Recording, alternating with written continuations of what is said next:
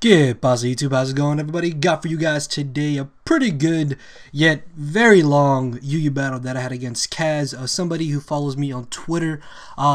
Don't know if he has a YouTube channel or not, but I'll make sure to link his Twitter link down in the description if you would like to battle him. Now, before I continue, I know I uploaded a Wi-Fi battle yesterday, and the reason why I'm uploading another one is because you guys completely destroyed the like goal, which was 400 likes, which thank you everybody who did like the video. That, and I don't really have anything else pre-recorded right now that I could render that would be ready to be scheduled before I go to work, so I decided why not to upload another Wi-Fi battle. I'm sure you guys will not mind this, and I really did want to upload 2 videos for you guys tonight, so if you missed the previous upload, a link to that will be at the end of this video, or you can just look in your subscription feed and watch that, then come back to this one. But yeah, much like yesterday's Wi-Fi battle, if we can get this video up to 400 likes, I will definitely make sure to upload another video for you guys tomorrow, maybe even 2 if I can. Now, looking at team preview, as I said, this was a Yu battle. My team was just based around defensive Zygarde and choice banded Crawdon, which for those of you who don't know, Crawdon actually recently left Yu, which is why I wanted to upload this. And going into this battle, the biggest threat I saw on my opponent's team was going to be the Alomomola, just because the only real super effective move I have to hit it with is Thunderbolt coming from my Porygon 2.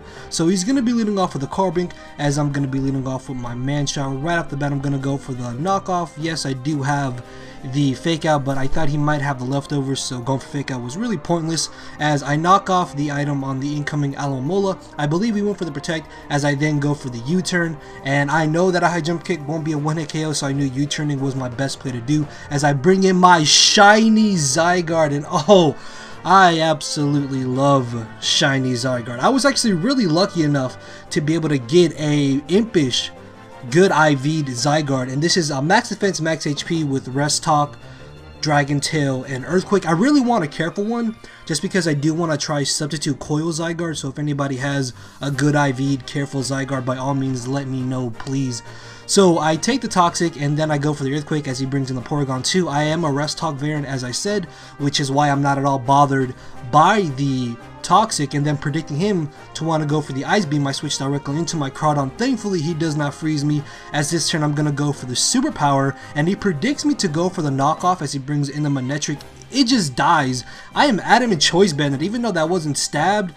Manectric doesn't exactly have the best physical defense around, and he knows that I am locked into the superpower, so he's going to bring in the Heracross, and obviously I'm fearing him wanting to go for the close combat or the Mega Horn, so I switch into my Jellicent as he makes a very nice double switch back out into his Porygon 2, predicting me to bring in my Jellicent. As he surprises me, he turns out to have the Toxic, which I thought he might have, but I really wanted the Toxic his Porygon 2, because if I'm able to get rid of his Porygon 2, that's one less wall that I have to worry about. Unfortunately though, he does have the Toxic, and if it really comes down to it, we're both going to go down if we keep staying in and going for the recover. So I decided to switch into my Porygon 2, thinking that he would just go for a discharge, and if he does paralyze me, that means he can't poison my Porygon 2, but he actually switches into the Alomomola. As we both switch out again, I bring in my Zygarde as he brings in the Metagross. As I've mentioned already, I am max defense, max HP, although I was kind of fearing the fact that he might have the Ice Punch, and confident in the fact that Zygarde could live in Ice Punch,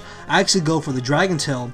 But as you're about to find out, he doesn't actually have the Ice Punch, and I am faster than him, so I'm going to be able to just safely go for the rest, expecting him to just want to go for another Zen Headbutt, or possibly even want to go for the Meteor Mask to try to get the attack raise, as he does go for the Zen Headbutt. He's doing a respectable amount of damage to my Zygarde, but I'm in a position where I can just stay in, and I can go for the Sleep Talk, and he's going to be fearing the fact that I could possibly pull the Earthquake with the Sleep Talk, so he's going to switch directly into his Porygon 2, which is perfectly fine by me, because I'm actually going to get a little bit lucky, and I'm going to pull the Dragon Tail, which means I'm able to get off a decent bit of damage on the Porygon 2 and wear him down even more. As I Dragon Tail him out into the Heracross, unfortunately with my Jellicent poisoned, I do not want him to take a possible Mega Horn or close combat, especially if he is choice banded, but he misses the first Mega Horn, and as you're about to find out, that the next Mega Horn actually does not do entirely too much damage, so I'm definitely confident in the fact that he is Choice Scarf and not Choice Banded, so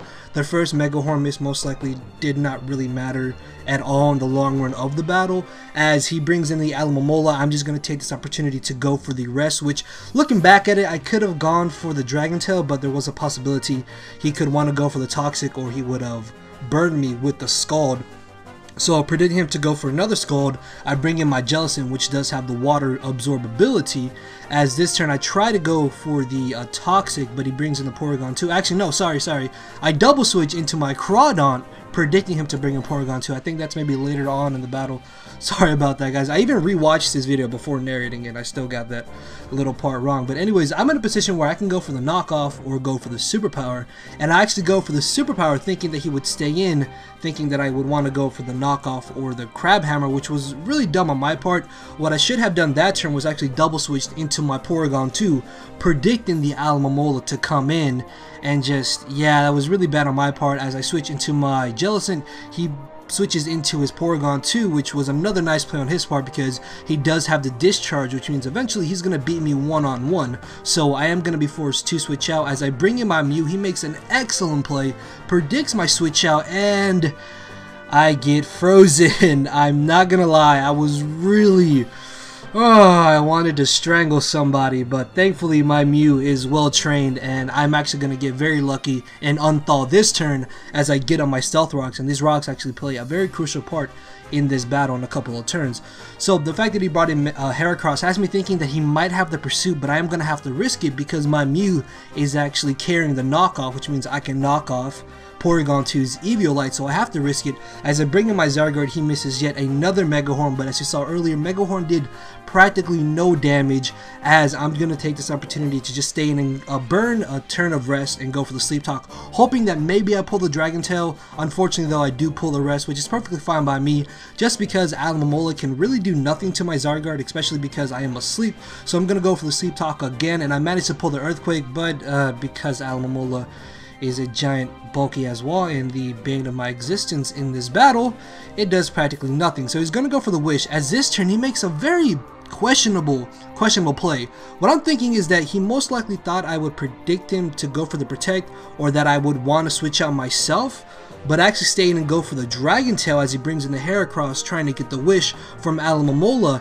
And because I did get on my Stealth Rocks at the amount of HP that Heracross is at, it is going to die off to the next entry hash switching, which means that's one less attacker on his team that I have to worry about. As I switch into my Jellicent, I believe he went for the Toxic, and because I'm Toxic, obviously I'm not affected by it, as I'm just going to take this opportunity to go ahead and double switch on back out into my Crawdaunt, because honestly the switch into Porygon 2 was very, very obvious, and much like before, I'm in a position where I can go for the Superpower or I can go for the knockoff, and I believe I actually end up going for the knockoff as he makes a nice play, foddering off his Heracross. As he brings in the Metagross, I guess he thought that he could live a knockoff, because if you didn't see it there, he actually had the weakness policy, which means if he had lived the knockoff, he could have been able to easily knock me out with another one of his attacks.